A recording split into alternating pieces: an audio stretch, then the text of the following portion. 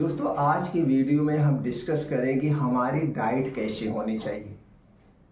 आज के समय में सबकी लाइफ स्टाइल और डाइट एकदम बिगड़ चुकी है, जिसके कारण दोस्तों आज ना तो कोई समय है ना तो कोई उम्र है, कभी भी किसी को कोई भी बीमारी का अटैक आ जाता है। दोस्तों अभी 3-4 दिन की बात है, कानपुर में एक 7 साल की बच्ची को हार्ट अटैक आया। 7 साल की बच्ची की सोचने वाली बात है दोस्तों। जब हमारे लोग दोस्तों छोटे छोटे थे तो उस समय ये सुनने में आता था कि भैया हार्ट अटैक जो है अमीरों को आता था, लेकिन आज के समय में हार्ट अटैक क्यों छोटे बच्चों को आ रहा। दोस्तों इसमें डॉक्टर भी परेशान है, क्योंकि उस बच्ची का पूरा एग्जामिनेशन किया गया, पता चला कि इनके जो है पूरे खानदान में किसी को हार्ट की कभी समस्या नहीं थी, रिश्तेदार में तो यहाँ पे जेनेटिक्स भी नहीं था और उसको ऐसा कुछ नहीं था कि समझ में आए। मतलब डॉक्टर किसी निष्कर्ष पे नहीं पहुंच पाए। फिर लास्ट में इस पे निष्कर्ष निकाला गया कि जो दिनचर्या और डाइट है सबसे गड़बड़ है आज के समय में। चाहे वो बच्चा हो, चाहे गरीब हो, चाहे अमीर हो, सब लोग दोस्तों प्रोसीजर की हुई चीज़ें खा रहे हैं, प्रोसेस की हुई, जिसमें एकदम निर्जीव चीज़ें हैं, कोई जान नहीं है। तो दोस्तों आज की वीडियो में सिर्फ आप यही मतलब डिस्कस किया करेंगे कि हमारी डाइट कैसे होनी चाहिए। दोस्तों अगर आप इस डाइट को फॉलो करते हैं, आप एक डाइट चार्ट को अपनाते हैं, तो दोस्तों विश्वास मानिए आप हमेशा स्वस्थ और निरोग रहेंगे। दोस्तों आज हम बात करेंगे कि हमारी डाइट जो होनी चाहिए वो 70% जो होनी चाहिए लिविंग वस्तुओं पर आधारित होनी चाहिए। लिविंग वस्तुओं में दोस्तों जान होती है, प्राण होता है, ऊर्जा होता है और उससे हमें एनर्जी मिलती है, उससे हमें सारे न्यूट्रिएंट्स प्राप्त होते हैं और नेचुरल तरीके से अगर हम जो चीज़ें खाते हैं वो हमारा शरीर दोस्तों उसे अच्छे से पचा लेता है और स्वस्थ और निरोग रहता है। अगर हम लिविंग वस्तुओं और नॉन लिविंग दो तरह की चीज़ें हम डेली खाते हैं, लेकिन आज के समय में हम नॉन लिविंग चीज़ें ज़्यादा खा रहे हैं, यानी कि निर्जीव चीज़ें ज़्यादा खा रहे हैं। निर्जीव चीज़ें कौन सी हैं दोस्तों? ये निर्जीव चीज़ें बनती तो सजीव चीज़ें से है, जीवित चीज़ें से, लेकिन इन्हें एक प्रोसीजर किया जाता है और प्रोसीजर करने में दोस्तों कुछ चीज़ें हैं बहुत ज़्यादा हाई टेम्परेचर पर हीट की जाती है। फिर इसके बाद इसको एक रूप दिया जाता है। जैसे अगर बिस्किट की ही बात कर लो दोस्तों, बन किससे रहा है? मैदे से बन रहा है। मैदा किससे बन रहा है? गेहूं से बन रहा है। अब गेहूं से मैदा बन रहा है, मैदा से फिर क्या बिस्किट बन रहा है। अब बिस्किट बनाते समय इसमें कुछ और चीज़ें मिलाई जा रही, जैसे चीनी मिलाया जा रहा है, नमक मिलाया जा रहा है, कुछ बेस मिलाया जा रहा है। अब कुछ कलरफुल बिस्कुट आते हैं तो उसमें आर्टिफिशियल कलर मिलाया जा रहा है।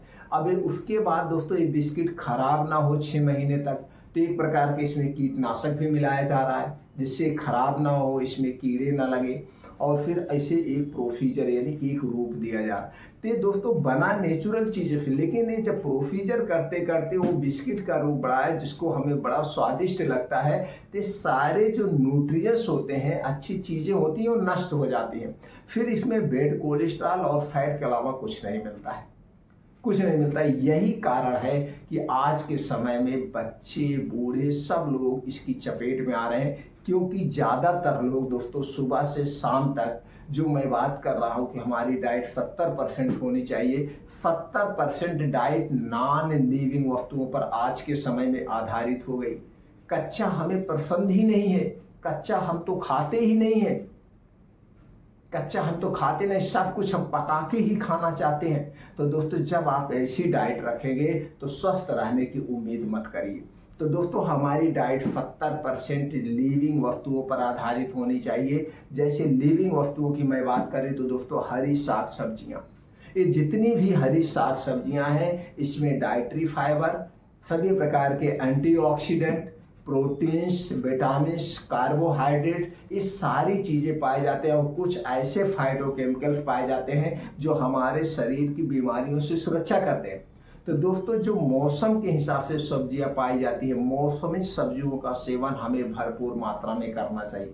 हमें अनाज का सेवन कम करना चाहिए, सब्जियां ज़्यादा खानी चाहिए। अगर हम 2 रोटी खा रहे हैं, 3 कटोरी सब्जी कम से कम हो। इस सब्जियां जल्दी से डाइजेस्ट होती हैं और भरपूर मात्रा में एनर्जी देती हैं।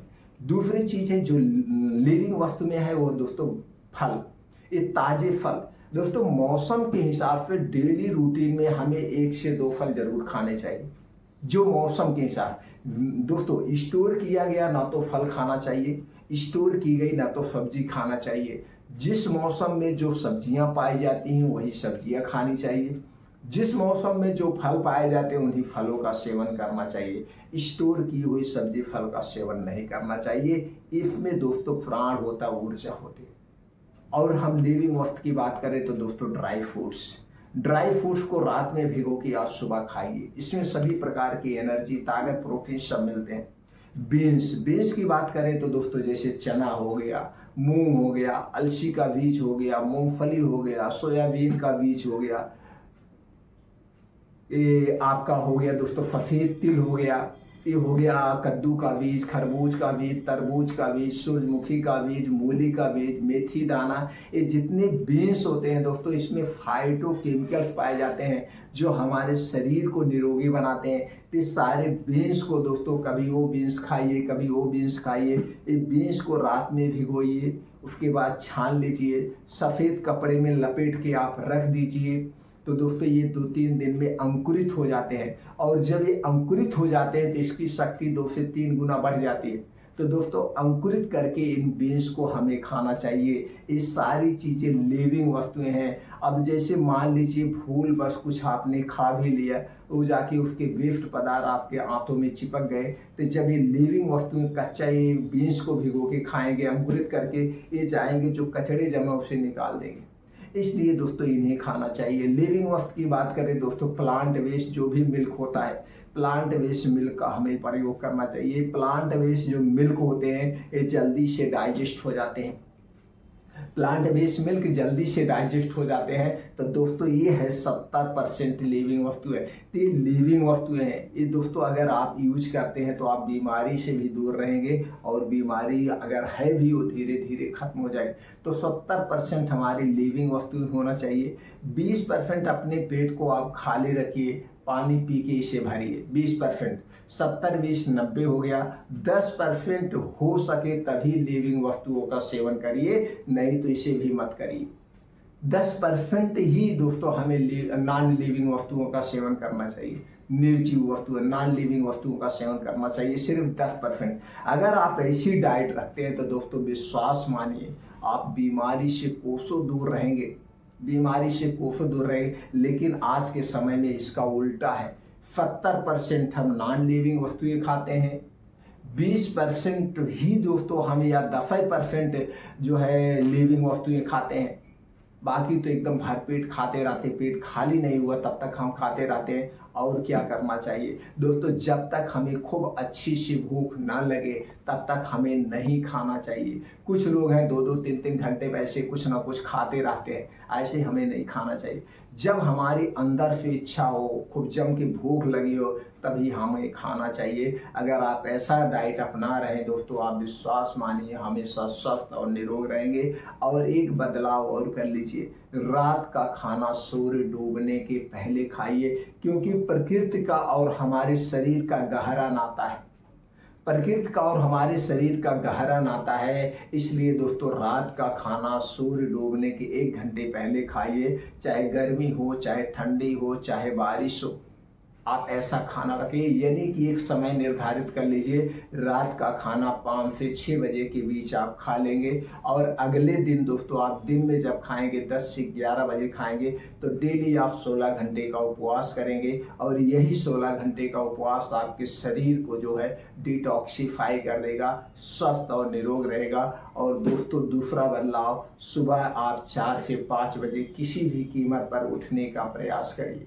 किसी भी कीमत पर 2 घंटे का समय निकालिए, योगा करिए, प्राणायाम करिए, मेडिटेशन करिए, साइकिलिंग करिए, रेसिंग करिए, कुछ भी करिए, जिम जाइए, लेकिन एक्टिविटीज़ के लिए 2 घंटे का समय निकालिए। और इस 2 घंटे में आपके साथ मोबाइल फोन्स नहीं होगा।